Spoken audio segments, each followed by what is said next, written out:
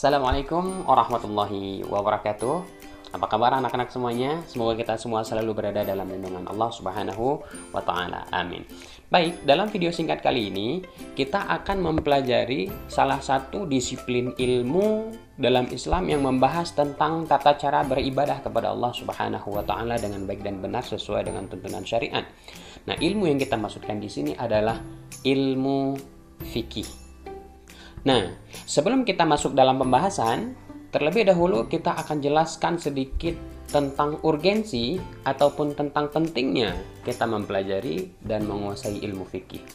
Nah, dalam Islam ada 3 cabang ilmu yang menjadi ilmu dasar yang hukum mempelajari dan menguasainya adalah fardhu ain. Artinya wajib dipelajari oleh setiap individu yang muslim, baik laki-laki maupun perempuan.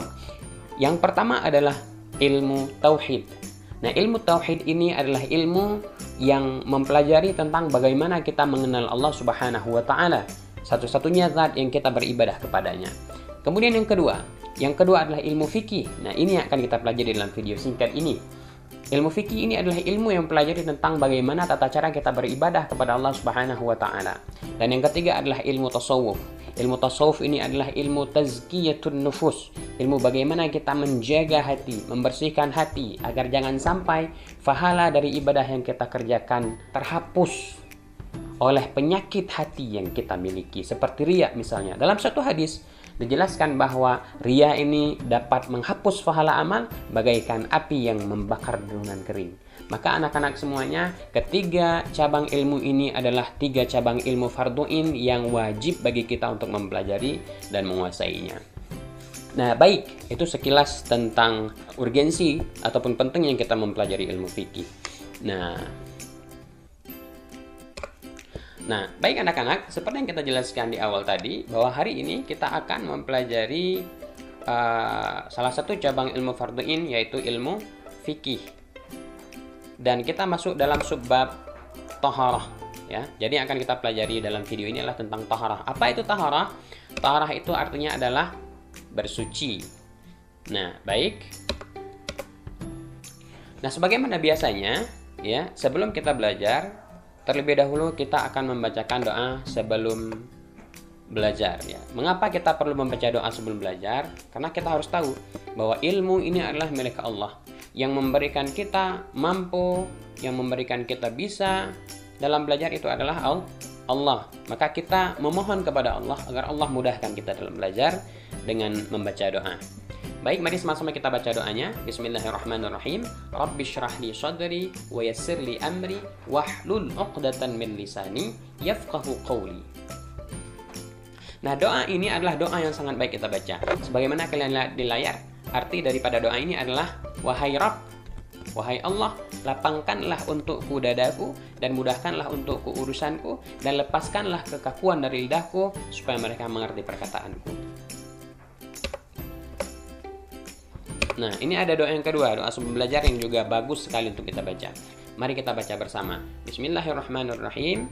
Rabbi zidni ilman warzuqni fahman waj'alni minas salihin. Ya Allah, tambahkanlah aku ilmu dan berilah aku kemampuan untuk memahaminya dan jadikanlah aku termasuk ke dalam golongan orang-orang yang saleh. Amin. Nah, jadi jangan pernah lupa, ya anak-anak semuanya, jangan pernah lupa untuk membaca doa sebelum belajar. Karena ketika kita membaca doa, kita memohon kepada Allah agar Allah mudahkan kita dalam mendapatkan ilmu yang bermanfaat. Nah, semoga Allah Subhanahu wa Ta'ala berikan kepada kita semua ilmu yang bermanfaat. Amin ya rabbal alamin. Nah, baik. Sebelum kita membahas lebih lanjut tentang hukum-hukum yang berlaku dalam taharah, kita akan membahas terlebih dulu definisi daripada taharah. Nah, mengapa kita perlu membahas definisi terlebih dahulu? Karena ada satu kaidah dalam fikih, al-hukmu 'ala syai' far'un an tasawwuri. Al-hukmu 'ala syai' far'un an tasawwuri. Apa artinya? Memberikan hukum terhadap sesuatu merupakan cabang daripada mengetahui sesuatu tersebut. Nah, ini pengertian daripada kaidah ini. Nah, artinya sebelum kita memberikan hukum kepada sesuatu, terlebih dahulu kita harus tahu apa itu. Sesuatu itu apa, baru kita bisa berikan hukum kepadanya. Nah, maka maka seperti itu kaidahnya. Kita harus tahu dulu definisi, kemudian baru kita berbicara hukum-hukum yang ada dalam taharah. Baik, anak-anak, kita lanjut. Nah, taharah ada dua makna. Ada makna secara bahasa, ada makna secara istilah. Dan perlu kita ketahui dimanapun bahwa pengertian secara bahasa itu cakupannya lebih luas bila dibandingkan dengan pengertian secara istilah. Nah, secara bahasa, taharah ini artinya adalah bersuci. Bersuci dari apa saja.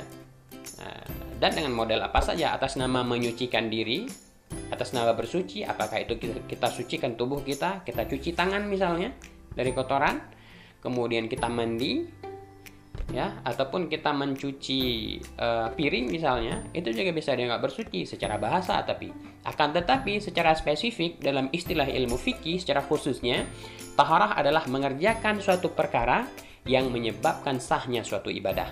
Nah, di sini contohnya adalah sholat. Nah, sholat ini adalah satu ibadah yang butuh kepada bersuci. Nah, apa nama bersuci yang kita lakukan sebelum sholat? Ada yang tahu? Iya, betul sekali. Bersuci yang kita lakukan sebelum sholat itu adalah berwudu. Nah, baik. Nah, di dalam kitab-kitab fikih, taharah adalah hal pertama yang dibahas. Pertanyaannya adalah, mengapa demikian? Ada yang tahu, anak-anak semuanya? Ya, taharah adalah hal yang pertama dibahas dalam ilmu fikih. Ada yang tahu? Baik, kita akan lihat jawabannya bersama. Nah, jawabannya adalah karena taharah adalah fondasi bagi sebuah ibadah. Jadi kalau diibaratkan ibadah itu bagaikan sebuah bangunan, maka taharah ini adalah fondasinya. Sholat misalnya, sefokus apapun kita sholat, sekhusyuk apapun kita sholat, kalau wudu kita salah, kalau wudu kita tidak benar, maka sholat kita juga tidak sah. Nah, maka oleh karena demikian, para ulama fikih ketika mereka menulis kitab-kitab fikih, mereka mendahulukannya dengan pembahasan taharah ataupun bersuci, karena itu adalah fondasi. Baik, kita lanjut. Nah, taharah ataupun bersuci ada dua pembahagian. Yang pertama adalah bersuci dari najis. Nah, pembahasan tentang najis ini lebih lanjut lagi nanti akan kita bahas di video selanjutnya insyaallah. Karena najis ini ada pembahagiannya. Ada najis mukhaffafah ataupun najis ringan, kemudian ada najis mutawassithah, najis pertengahan, dan juga ada najis yang mughalladhah ataupun najis yang berat. Dan bagaimana cara mensucikannya? Nah, nanti akan kita bahas di video selanjutnya. Nah, di sini ada contohnya mensucikan anggota tubuh yang terkena kotoran hewan misalnya. Nah, itu kita dianggap bersuci dari najis. Kemudian yang kedua bersuci dari hadas. Nah, tentang hadas ini terbagi dua. Ada hadas kecil dan ada hadas besar. Nah, cara bersuci dari hadas kecil adalah dengan berwudu seperti contoh yang tersebut di layar. Nah, ya. Jadi berwudu ini adalah bersuci dari hadas kecil. Adapun bersuci dari hadas besar itu adalah dengan mandi besar atau diistilahkan dengan mandi junub. Nah, begitu. Next. Nah, kemudian anak-anak sekalian, ada 3 jenis alat yang bisa kita gunakan untuk bersuci. Yang pertama air. Dan ini kita sudah maklumi bersama, air. Kemudian yang kedua juga bisa kita gunakan batu. Ya, untuk bersuci bisa gunakan batu. Nanti dalam video berikutnya akan kita jelaskan lebih lanjut bagaimana maksud mensucikan diri dari batu. Dan yang ketiga adalah debu yang bercampur tanah. Kapan kita menggunakan debu yang bercampur tanah? Ketika kita tidak memiliki air untuk bersuci ataupun diistilahkan dengan tayammum. Nah, begitu. Selanjutnya, berbicara tentang air, ya, karena memang air adalah media utama ya yang kita gunakan untuk bersuci. Nah, berbicara tentang air ini terbagi kepada 3 macam. Ya, air ini terbagi kepada 3, yaitu yang pertama air suci lagi menyucikan. Nah, maksudnya air